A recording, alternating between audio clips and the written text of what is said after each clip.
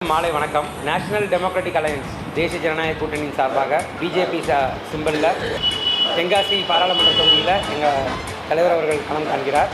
இது பிரதமருக்கான தேர்தல். அவர் சொல்வது போல் பிரதமர் வேட்பாளரே இல்லாத ஒரு எதிர்க்கட்சிகள் இருக்கும் சூழலில் பிரதமர் வேட்பாளரை முன்னிறுத்தி நிற்கக்கூடிய ஒரே கட்சி பாஜக இந்தியா முழுவதும். நாம் ஃபஸ்ட்டு அதை நல்லாவே புரிஞ்சுக்கணும். காரணம் என்னென்னா, ஒரு பாராளுமன்ற உறுப்பினராக தேர்ந்தெடுக்கப்பட்டால் அந்த பாராளுமன்ற உறுப்பினருக்கென்று ஒரு தொகை இருக்கின்றது, அவர்களுக்கு ஒரு சில வேலை இருக்கின்றது. இதை செயல்படுத்த வேண்டுமென்றால் அவர் மத்திய அரசோடு ஒன்றிணைந்து போனால் மட்டுமே அதை செயல்படுத்த முடியும்.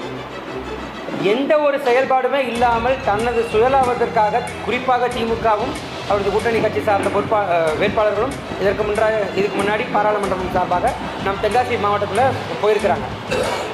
அவர்களின் நோக்கம் மத்திய அரசை எதிர்ப்பது போல் எதிர்த்து டீ குடிச்சிட்டு வெளியே வந்துடணும். மக்களுக்கு எதுவுமே கிடையாது. இன்றைக்கி ரிட்டு போட்டிருக்கிறாங்க. ரிட்டில் எவ்வளோ தொகை ஒரு பாராளுமன்ற உறுப்பினருக்கு ஒரு வருஷத்துக்கு 5 கோடி அப்படின்னா 5 வருஷத்துக்கு எவ்வளோ தொகை செலவு பண்ணியிருக்கிறாங்கன்னு பார்த்தீங்கன்னா தென்காசிக்கு ஒன்றுமே பண்ணலை. ஏன்னா அந்த தொகை செலவு பண்ணால் அவங்க கணக்கு காட்டணும். ஆக மக்களின் நலனுக்காக இவர்கள் இல்லை, வாக்குகள் வாங்குவது மட்டுமே இவர்கள் எண்ணம். காசை கொடுத்து எப்படியாவது மக்களை ஏமாற்றிடலாம் அப்படின்னு ஒரு இதுலேயே எப்போவுமே இருக்கிறாங்க. இதை நாம் மாற்ற வேண்டும். மக்களிடம் திமுக நிறைய ஒரு வெறுப்புகளை சம்பாதித்து இருக்கிறது. அவர்கள் சொன்ன பொய்யான வாக்குறுதிகள், மதுக்கடை மூடுவோம் சொன்னாங்க, ஒன்றும் பண்ண கிடையாது. நீட் ரத்து பண்ணுவோன்னு சொல்லி நிறைய பேரை ஏமாற்றிட்டு அதுவும் ஒன்றும் பண்ண கிடையாது. இந்த மாதிரி பல பொய்யான வாக்குறுதிகள் கொடுத்துருக்குறாங்க. இது மக்கள் அனைவரும் அறிவு. போதைப்பொருள் முக்கியமான புள்ளியோட நேரடி தொடர்பு வைத்து திரு உதயநிதி ஸ்டாலின் அவர்களோட படங்கள்லாம் பார்த்துருப்பீங்க.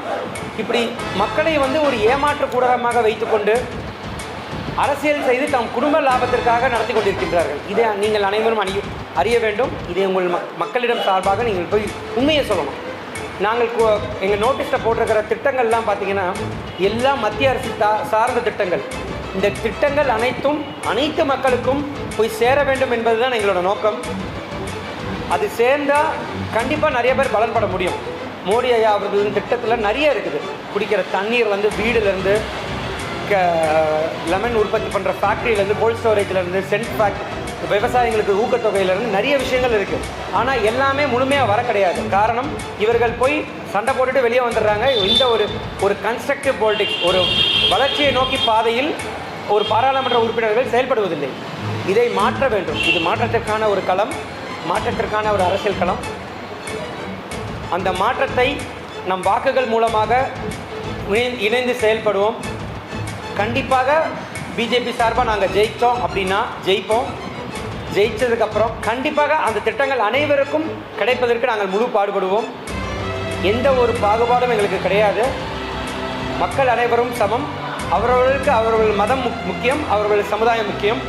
இதை நாங்கள் சமூக நல்லிணக்கத்தோடு நாங்கள் இந்த தேர்தல் களத்திலே சந்தித்து கொண்டிருக்கின்றோம். மக்களிடம் நன்ற ஒரு ஆர்வம் இருக்கிறது, வரவேற்பு இருக்கிறது.